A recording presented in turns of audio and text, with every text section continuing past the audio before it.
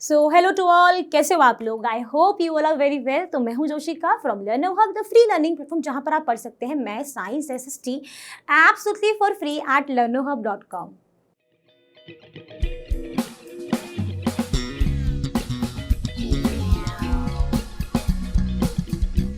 तो बच्चों, आज हम डिस्कस करने वाले हैं क्लास 8 आईसीएसई बोर्ड के लिए फिजिक्स में फिजिकल क्वांटिटीज एंड मेजरमेंट का लास्ट का topic, that is air, floating and sinking, which is a very important topic because this topics consist a lot of questions and lot of concepts. तो इसको आपको अच्छे से पढ़ना है मेरे साथ और चीज़ों को एकदम क्लियर कर लेना है। तो without getting any delay, let's get started.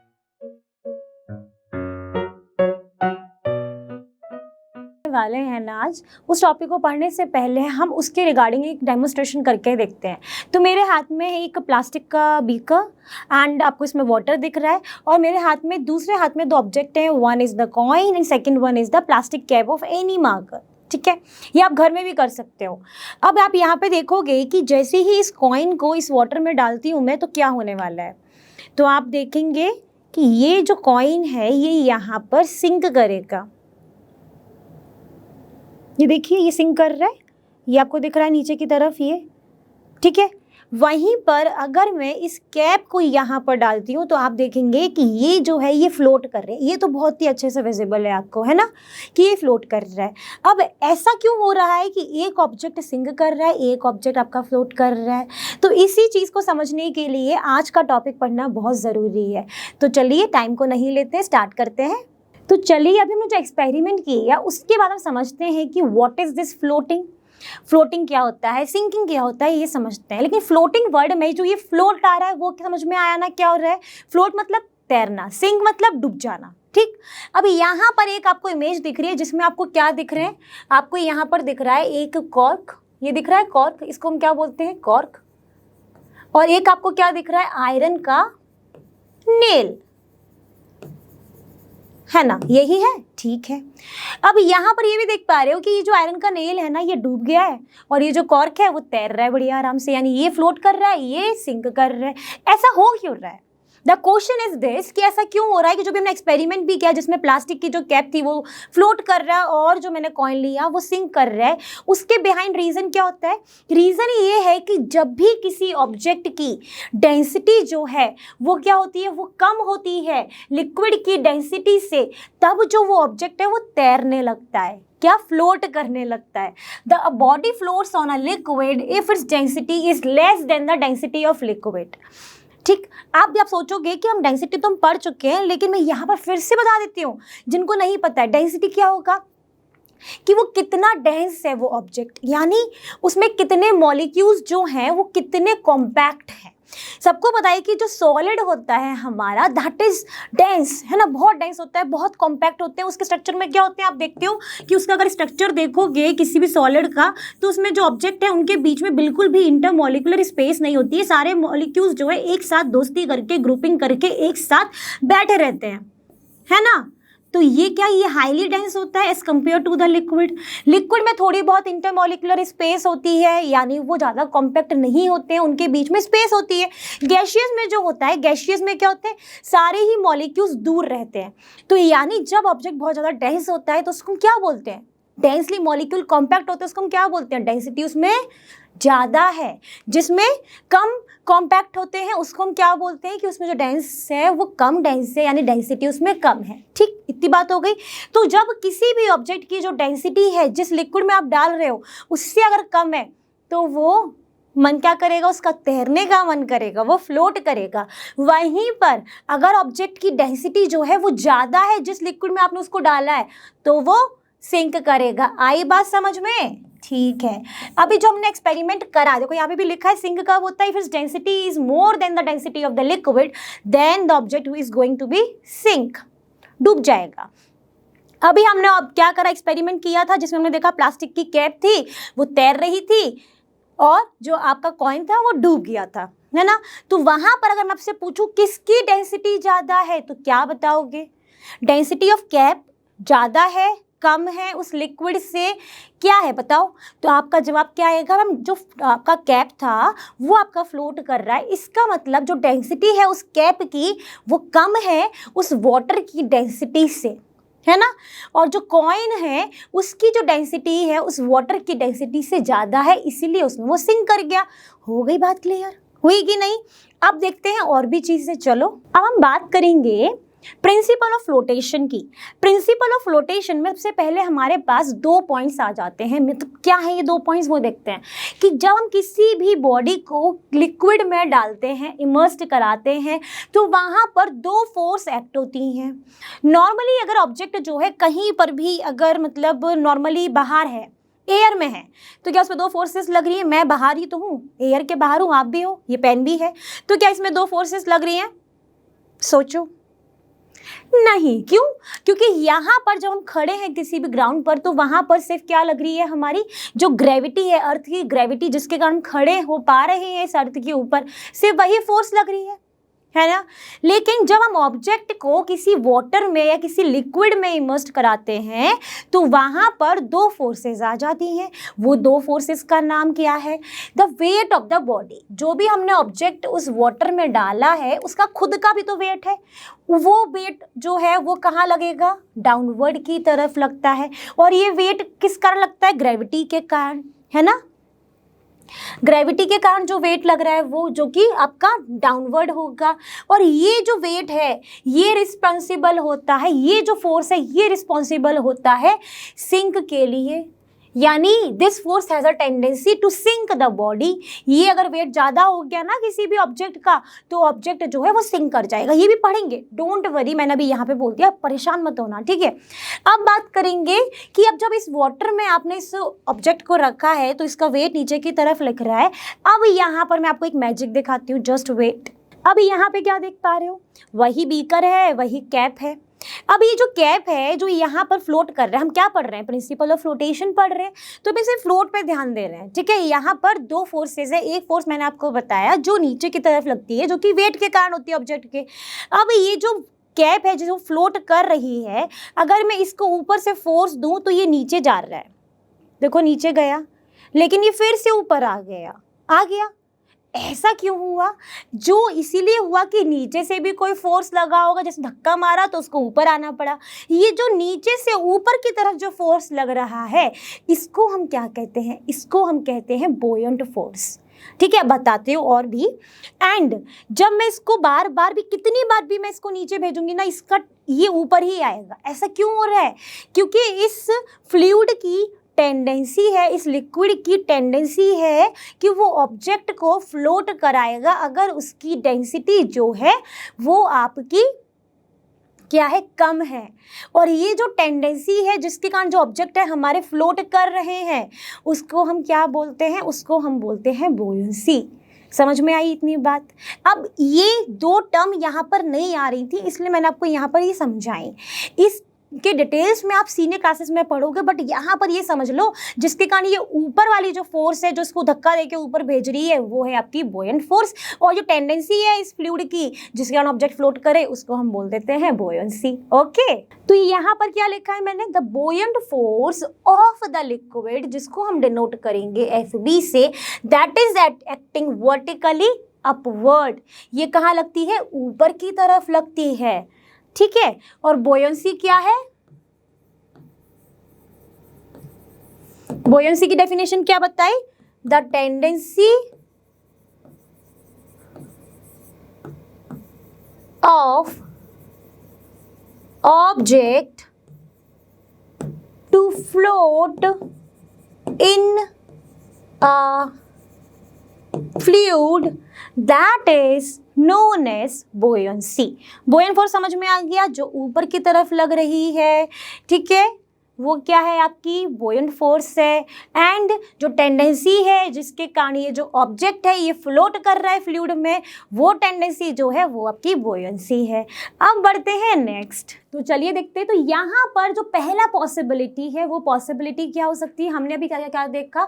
हमने देखा कि एक बीकर था जिसमें वाटर था, उसमें जो ऑब्जेक्ट होता है उसके पास 2 फोर्स होते हैं। एक होता है W जो कि वेट होता है, एक होता है FP जो कि बुओयंट फोर्स होता है, या वो लगता है ये वर्टिकली डाउनवर्ड लगता है, ये रिस्पॉन्सिबल होता है सिंक के लिए, ये रिस्पॉन्सिबल होता है फ्लोट के लिए। इतनी चीज़ें देखी।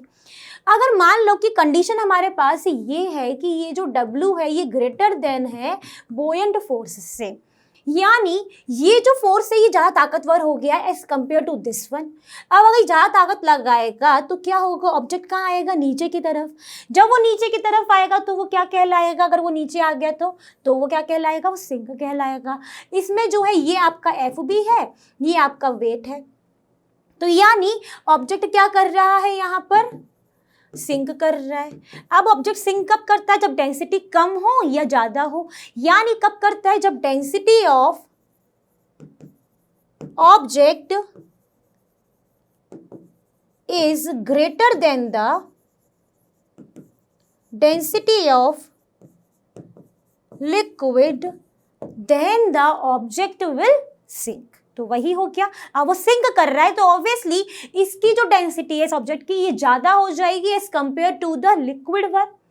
ठीक, इतनी बात हो गई। अब बात करेंगे सेकंड पॉसिबिलिटी की। तो अभी हमने क्या देखा, अभी हमने पहली पॉसिबिलिटी ये देखी कि जब वेट जो था वो FB से बड़ा था। सेकंड पॉसिबिलिटी क्या हो सकती है कि जब ये जो वेट है ये FB के बराबर हो जाए, है ना। सेकंड पॉसिबिलिटी यही है, देख लीजिए आप। The weight of the body W is equal to the buoyant force FB। ठीक, वही आपके पास बॉडी है, वही आपके पास लिक्विड है। अब इसमें जो ये वेट लगता है वो डाउनवर्ड लग रहा है, सबको पता है। FB जो है वो अपवर्ड लगता है। अब ये जो दोनों है ये दोनों क्या हो गए, ये दोस्ती हो गई है, तो ये दोनों बराबर का फोर्स लगा रहे हैं, है ना।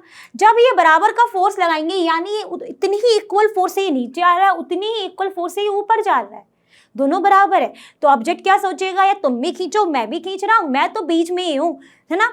तो वो यहाँ पर बीच में ही तैर रहा है ना। जब ये सिचुएशन होगी तो आप क्या कहोगे, आप कहोगे डेंसिटी ऑफ बॉडी या फिर object is equal to the density of liquid. दोनों की जो डेंसिटी है वो बराबर हो गई है, ना तो वो फ्लोट कर रहा है ना तो वो सिंक कर रहा है। ठीक है, अब बात करेंगे हम थर्ड पॉसिबिलिटी की। थर्ड पॉसिबिलिटी क्या हो सकती है कि जो वेट है बॉडी का अभी तक ग्रेटर हुआ देखा, इक्वल हुआ देखा।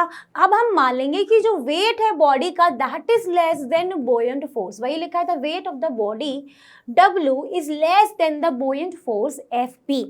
ठीक, तो यहाँ पर यही आपके पास बीकर है, इसमें वेट लग रहा है W इधर और बोयंट फोर्स से इधर अपवर्ड लगता है, सबको पता है, मैं दोबारा रिपीट नहीं कर रही हूँ इस चीज़ को। अब आप खुद सोचो कि जो ऊपर जो फोर्स लग रहा है वो ज़्यादा है, ऊपर वो बहुत ताकत से खींचा जा रहा है, नीचे कम लग रहा है उसके कंपैरिजन में, यानी ऑब्जेक्ट क्या करेगा, अब ऑब्जेक्ट जो है वो यहाँ पर फ्लोट करेगा। ऑब्जेक्ट बोल दो, बॉडी बोल दो, सॉलिड बोल दो, जो बोलना है बोलो, मतलब कहानी ये है कि वो फ्लोट कर रहा है।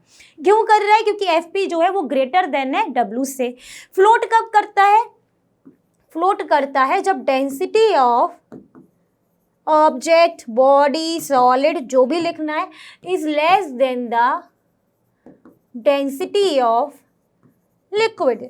जब ये जो डेंसिटी है इस ऑब्जेक्ट की वो कम रहती है डेंसिटी ऑफ लिक्विड से, तब ऑब्जेक्ट फ्लोट कर रहा था। हमने स्टार्टिंग में देखा था अगर वो फ्लोट कर रहा है तो अपने आप ये कंक्लूजन निकल गया, तो आप भी लिख लोगे। यहाँ पर सिर्फ ना समझना है चीज़ों को, इतना समझ में आ गया ना कि जो फोर्स ज़्यादा है और उस फोर्स के कारण क्या होता है, तो अपने आप ही आप कर लोगे सारा। ठीक, अब बात करते हैं नेक्स्ट। तो अब आपने क्या देखा कि यहाँ पर जो ऑब्जेक्ट है वो फ्लोट कर रहा है। अब अगर ऑब्जेक्ट अगर फ्लोट कर रहा है लिक्विड में, तो ये रहा आपका ऑब्जेक्ट। अब यहाँ पर जब फ्लोट कर रहा है उस सिचुएशन में जो आपका इसका बोयंट फोर्स है और जो वेट है वो बराबर होगा। अगर ये बराबर हुआ तो एपरेंट वेट क्या हो जाएगा, उसका 0 हो जाएगा। ठीक है, अब देखते हैं नेक्स्ट। अब इतना हमने जो पॉसिबिलिटीज पढ़ने के बाद हम एक कंक्लूजन पे निकल कर आ जाते हैं। वो कंक्लूजन क्या है, thus a body of a density greater than the density of liquid then the object will sink inside the liquid, while a body of a density equal हो चाहे लेस देन हो the density of the liquid, the object क्या करेगा, float करेगा, बीच में तैरेगा या ऊपर ही आ जाएगा, है ना। तो ये हमने कंक्लूजन निकाल दिया। चलिए बात करते हैं लॉ ऑफ फ्लोटेशन की, यानी तैरने के लॉ की। इसमें क्या बोलते हैं कि मान लो कि कोई बीकर है जिसमें आपका वाटर है।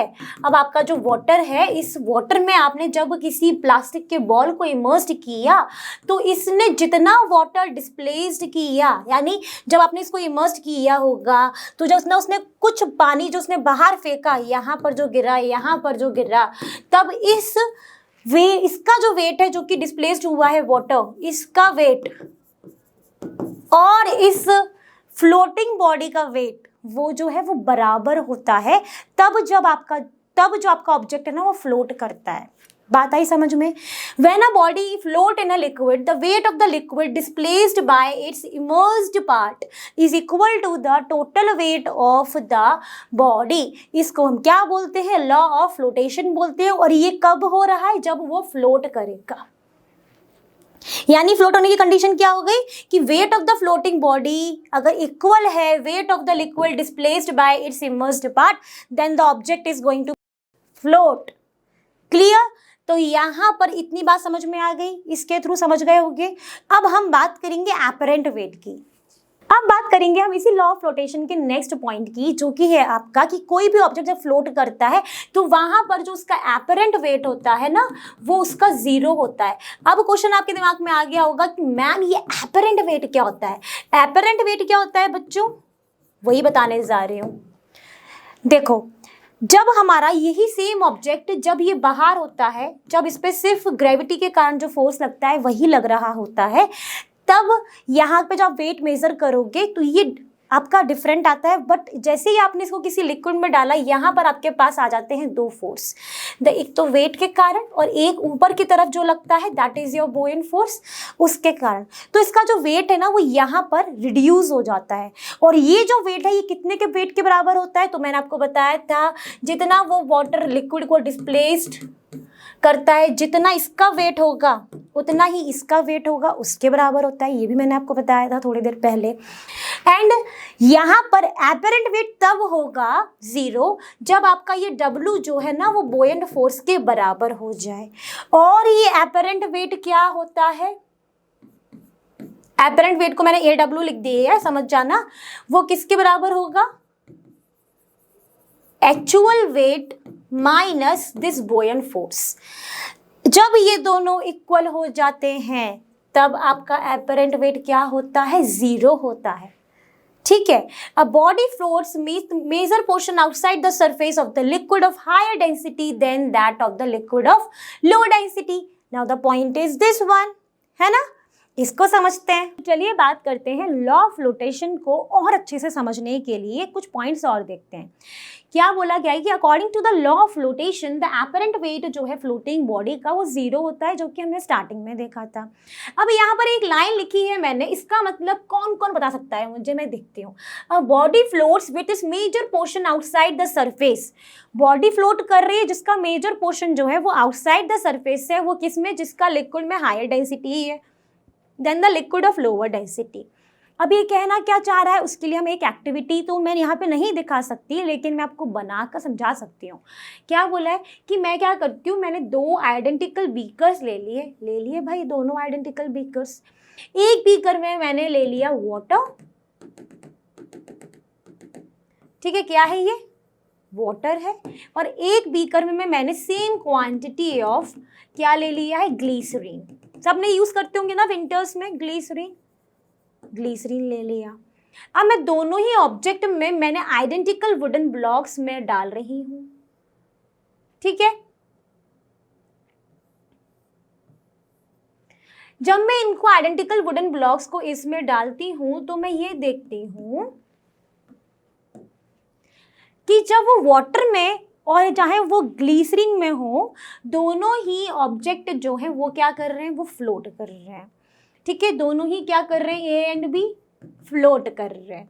बट मैंने कुछ डिफरेंस देखा। वो डिफरेंस क्या देखा कि जब वो वाटर में फ्लोट कर रहे हैं तो उनका जो पोर्शन है जो वाटर के बाहर है वो पोर्शन कम है एज कंपेयर टू द जब वो ग्लिसरीन में फ्लोट कर रहे हैं तो उनका मैक्सिमम पोर्शन बाहर है, ठीक है। ऐसा क्यों है? ऐसा कब होता है? जब मैंने यहाँ पर देखा तो मैं ये देख रही हूँ कि जो वुड जो डेंसिटी है, आपने को ये तो पता ही है, डेंसिटी ऑफ ग्लिसरीन जो है वो ज़्यादा होगी as compare to the density of water, है ना, तभी तो ऐसा हो रहा है। तभी तो आप ये देख पा रहे हो कि इसके अंदर जब हमने फ्लोट कराया तो डेंसिटी ऑफ वुड फ्लोट कब करता है, जब density of object is less than the density of liquid. तो यहां पर भी फ्लोट कर रहा है, यहां पर भी फ्लोट कर रहा है, तो यहां पर भी लेस देन है डेंसिटी, तभी तो फ्लोट कर रहा है। ठीक है भाई, लेकिन इसका कम पोर्शन बाहर है, इसका ज्यादा पोर्शन बाहर है। ऐसा क्यों हो रहा है? क्योंकि यहां पर ये जो लिक्विड ग्लिसरीन है इसकी डेंसिटी जो है वो ज्यादा है, वो ज्यादा है as compare to this one, इसीलिए ऐसा हो रहा है। ठीक, वही लिखा है, the body floats is major portion outside the surface. इसका major portion outside the surface है। क्यों है? क्योंकि इसका जो लिक्विड है उसकी हायर डेंसिटी है as compare to the water, इसीलिए है। ठीक है, बात हो गई खत्म। अब देखते हैं नेक्स्ट। तो चलिए अब हम बात करेंगे इस फ्लोटेशन के एप्लीकेशन पर। यहाँ पर बहुत सारे ऐसे एप्लीकेशंस आपने देखे हैं डेली लाइफ में जहाँ पर आपने कभी सोचा या ना सोचा वो तो आपको पता होगा, लेकिन ये क्वेश्चन अगर सोचते हैं ना तो बहुत ही इंटरेस्टिंग आंसर आपको मिलता है अगर आप सर्च करते हैं तो। क्या है वो क्वेश्चन? पहला मैं आपको एप्लीकेशन बता रही हूँ, flotation of iron ship, of an iron ship. तो आप सभी ने थोड़ी देर स्टार्टिंग जब करी थी ना इस चैप्टर की, तो वहाँ पर आपने देखा था कि जो आयरन नेल है ना वो तो सिंक कर रहा था भाई। बिल्कुल, मैम ने तो यही बताया था, मैंने तो यही बताया था, है ना। वहीं पर कोई भी अगर शिप है, शिप जो आयरन की बनी हुई होती है वो तो फ्लोट कर रही है। ये क्या कर रही है? ये तो फ्लोट कर रही है, वहीं पर ये सिंक कर रहा है। ऐसा क्यों? सेम ऑब्जेक्ट के दोनों बने हुए हैं, लेकिन ऐसा क्यों हो रहा है कि एक सिंक कर रहा है, एक फ्लोट कर रहा है? यही क्वेश्चन अगर आपने सोचा है तो काफी लोगों को इसका आंसर पता होगा। जिसने नहीं सोचा है तो उसको मैंने अभी बोला है सोचने के लिए, तो सोच ही रहे होंगे। तो चलिए इसका आंसर देख लेते हैं। तो आप इन दोनों ऑब्जेक्ट को अगर देखो तो नेल आपको क्या दिखेगा? ये तो एक सॉलिड है ना। अगर ये सिंक कर रहा है तो यानी इसकी जो डेंसिटी है that is greater than the density of water, तभी ऐसा हो रहा होगा, है ना, तभी तो सिंक कर रहा है। यानी इसमें जो वेट लग रहा होगा और ऊपर की तरफ लगता है बुओयंट फोर्स, यानी यहाँ पर जो वेट है वो ज़्यादा होगा इस compare to the buoyant force, तभी तो वो सिंक कर रहा है, इसीलिए सिंक हो रहा है।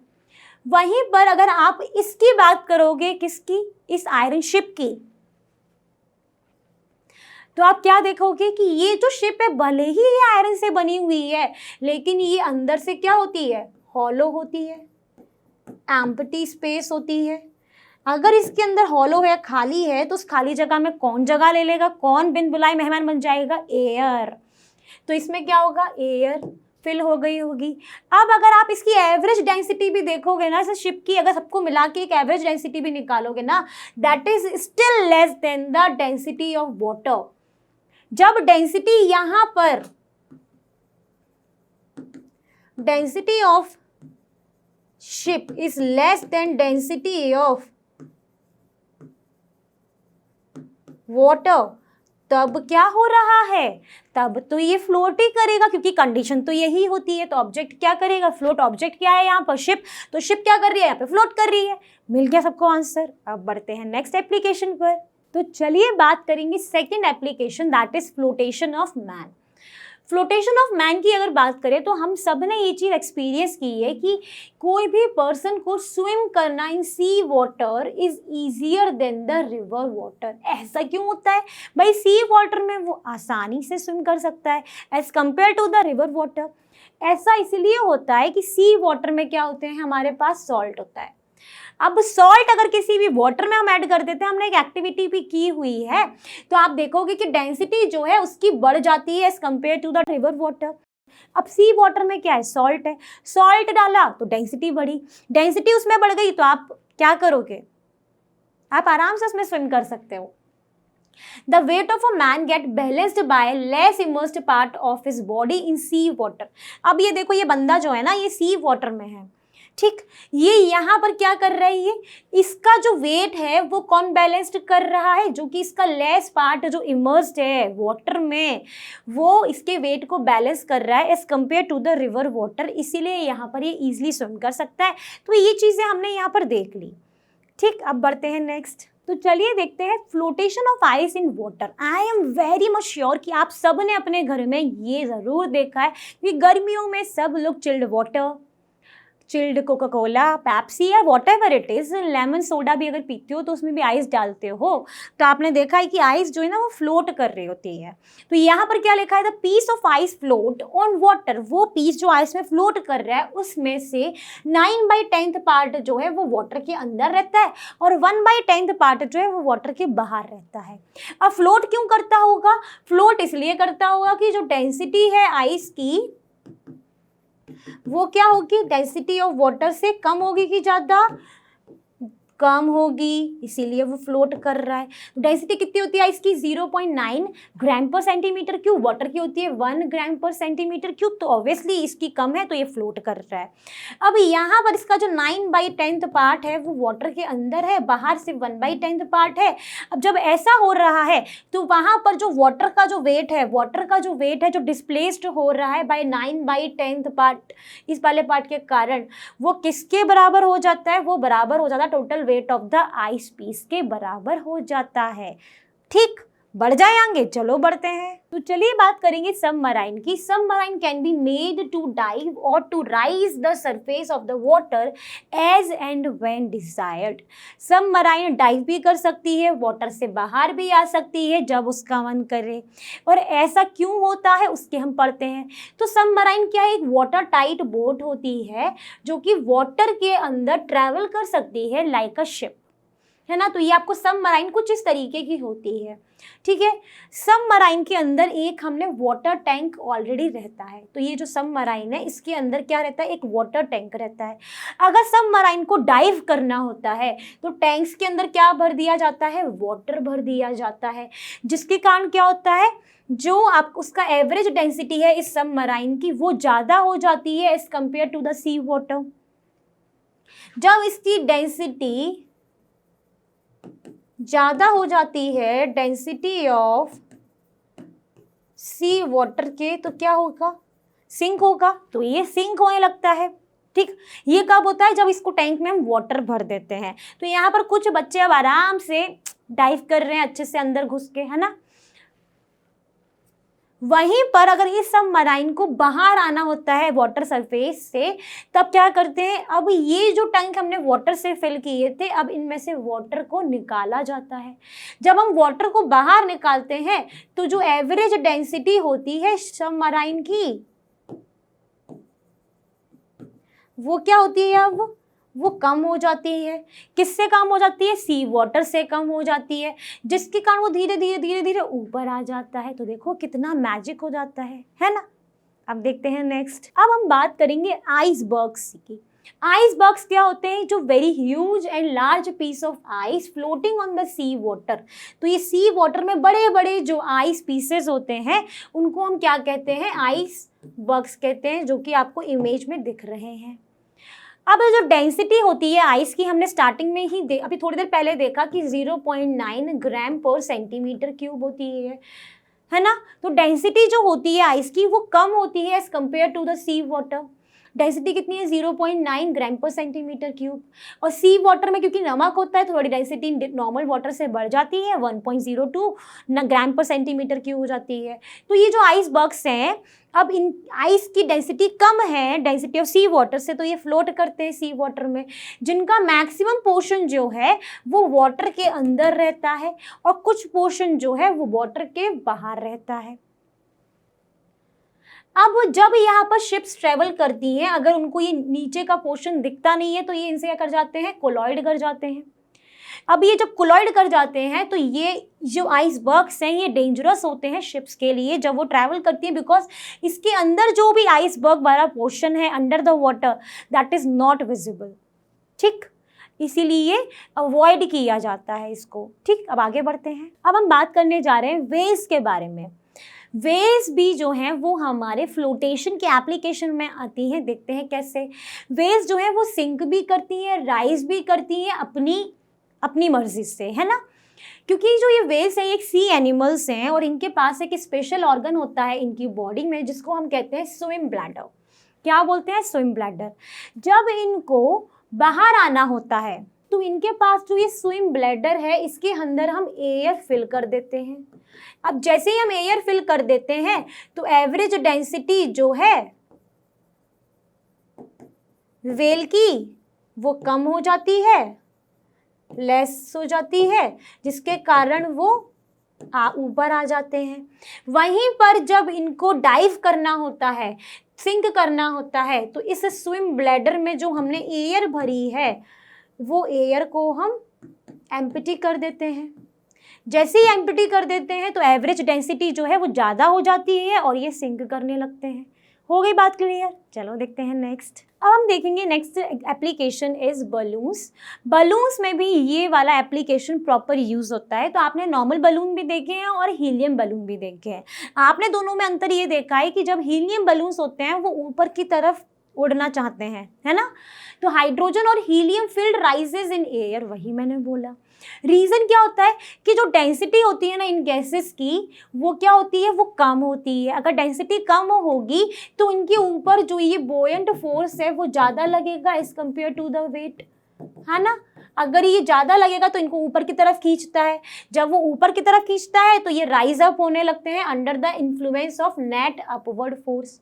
ठीक है, बात हो गई। बार बार एक चीज़ को बताने की ज़रूरत है कि कब फ्लोट करते हैं, डेंसिटी कम हो ज़्यादा हो, सब कुछ मैंने आपको बताया हुआ है। तो वही सेम लॉजिक यहाँ पर यूज़ हो रहा है। तो चलिए देख लेते हैं अब एक क्वेश्चन।